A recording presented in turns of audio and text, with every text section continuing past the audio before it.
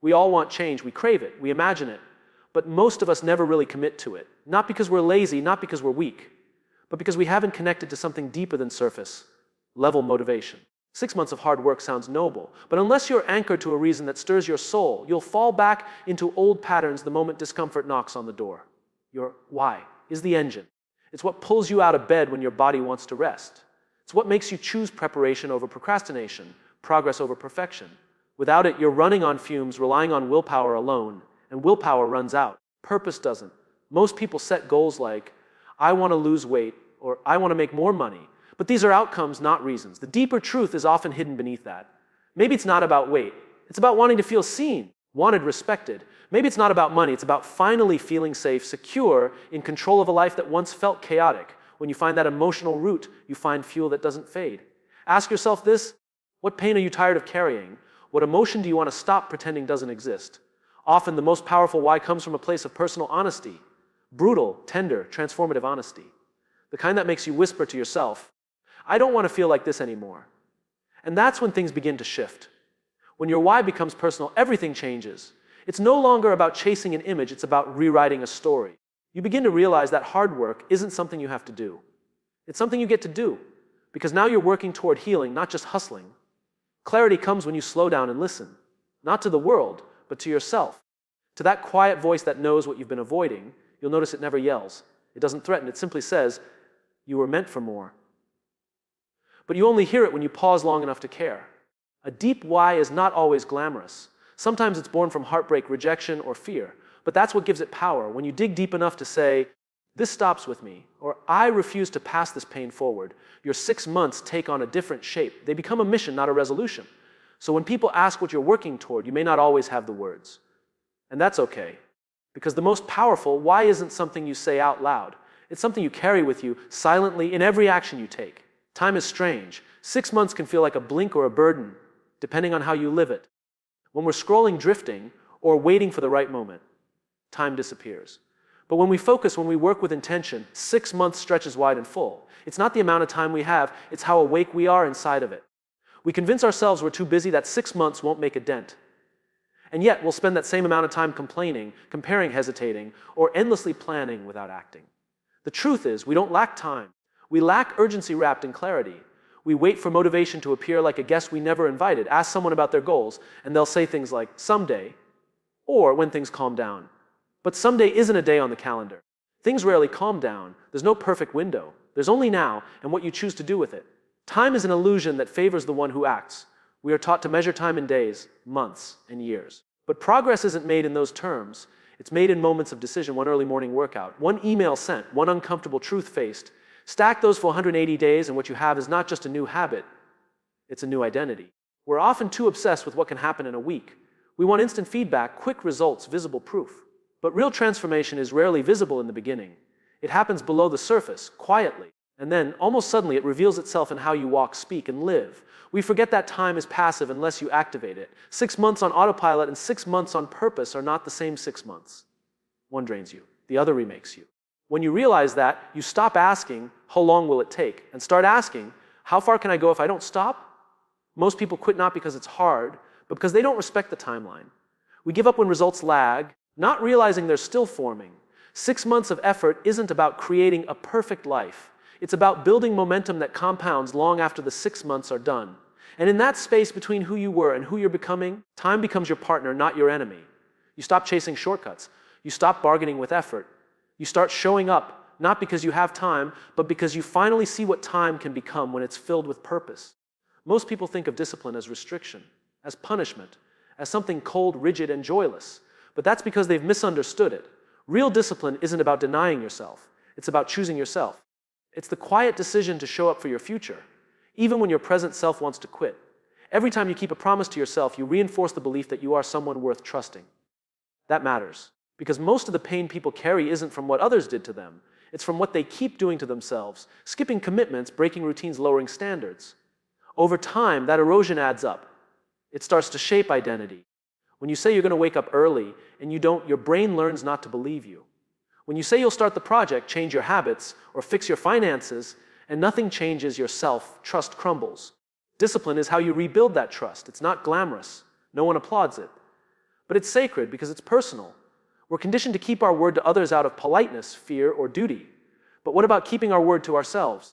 That's where true character is built. When you begin to treat your own goals with the same urgency and respect you give to someone else's deadline, you begin to step into self-leadership. Discipline doesn't mean you're always motivated. It just means your values are stronger than your moods. It means there's a part of you calm, clear, committed, that's louder than the voice that says, just skip today. Discipline doesn't scream. It whispers, do it anyway, and then does. Some people think freedom comes from doing whatever you want whenever you want. But that's not freedom, that's impulse. Real freedom comes from structure, from knowing you're not a slave to urges or moods.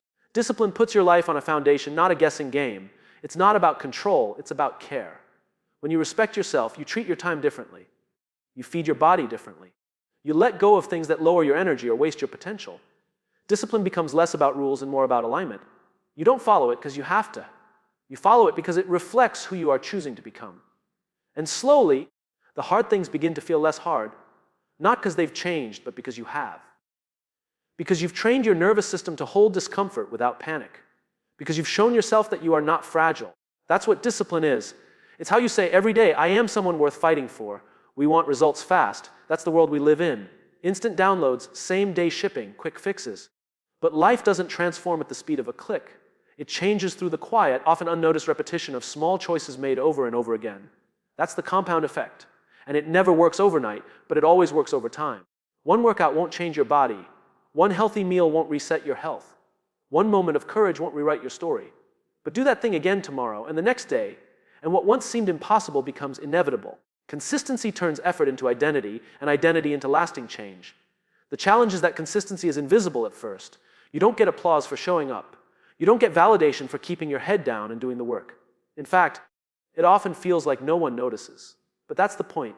It's not about being seen. It's about becoming someone worth seeing. When you're consistent, you stop chasing motivation and start building systems. You stop relying on mood and start relying on momentum. And momentum, once built, has a power of its own. It's the difference between a fresh start and a permanent shift. It's what separates wishful thinking from lived reality. People often overestimate what they can do in a week and underestimate what they can build in 6 months. That's because we're wired for dopamine, not discipline. But the compound effect doesn't care about dopamine. It rewards discipline, slowly, quietly, and then all at once.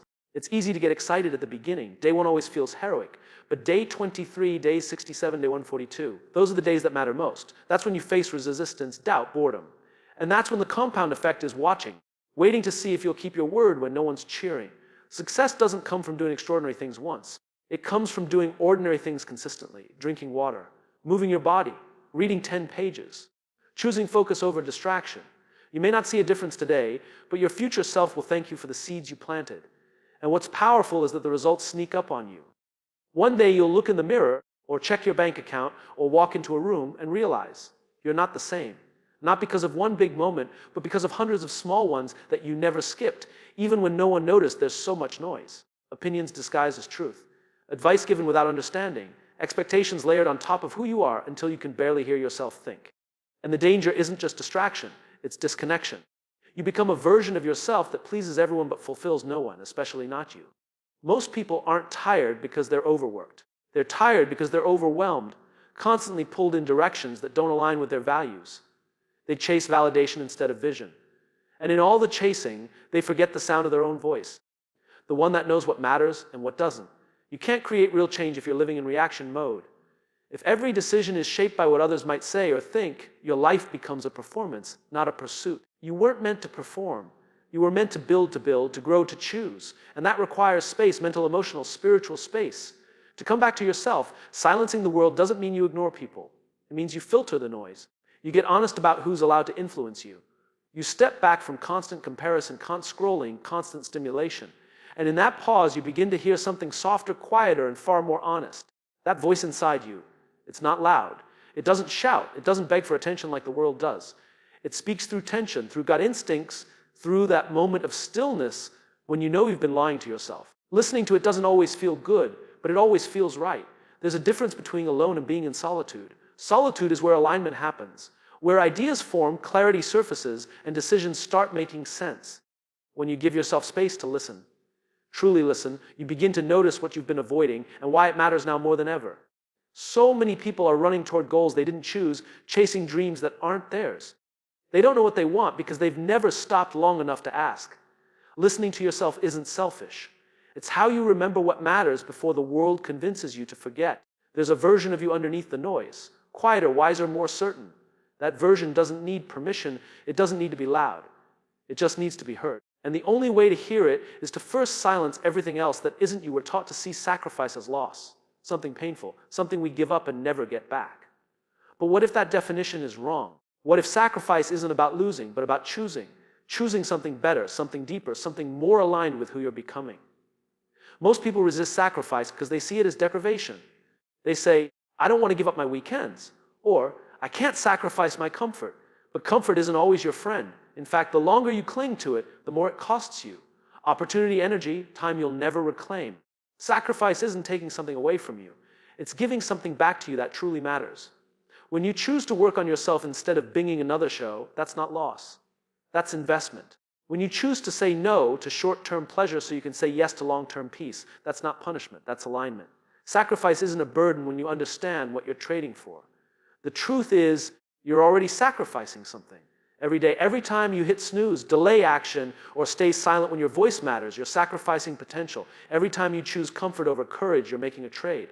The real question is, are you sacrificing for growth, or are you sacrificing growth? Sacrifice becomes powerful the moment you tie it to vision.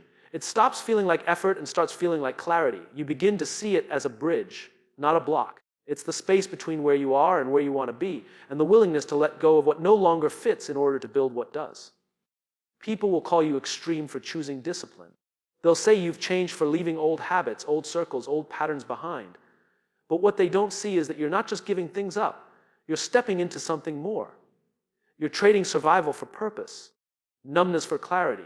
And yes, there will be moments of lone lines, doubt, fatigue. Growth always carries a cost, but sacrifice rooted in purpose never leaves you empty.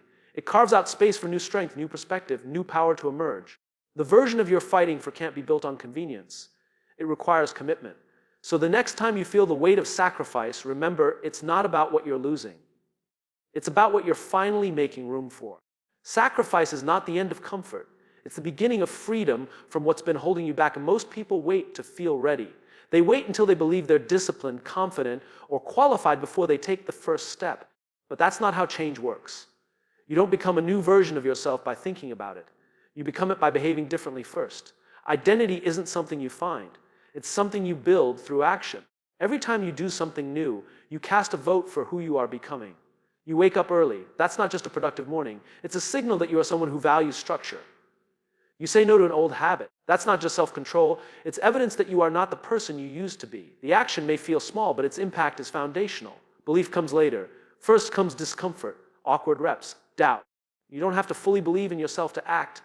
You just have to act like someone who does. Courage isn't about confidence. It's about doing what's hard before the voice in your head says you're ready. That's how identity starts to shift. Change often feels fake in the beginning. You go to the gym but still feel like a quitter. You write the first page but don't yet feel like a writer. That's normal. We expect identity to lead the way, but it's action that creates the path. Eventually your brain catches up. It starts to say, this is who we are now. The problem is we've been conditioned to wait.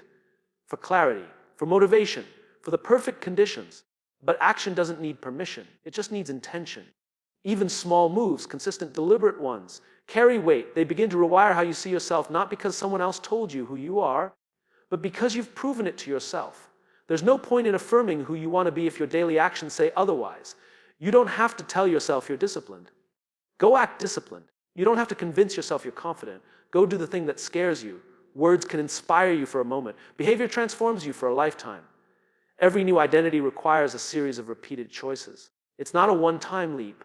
It's a quiet commitment to doing the hard thing until it comes normal, until discomfort becomes familiar, until the old version of you no longer fits, not because you fought it, but because you outgrew it.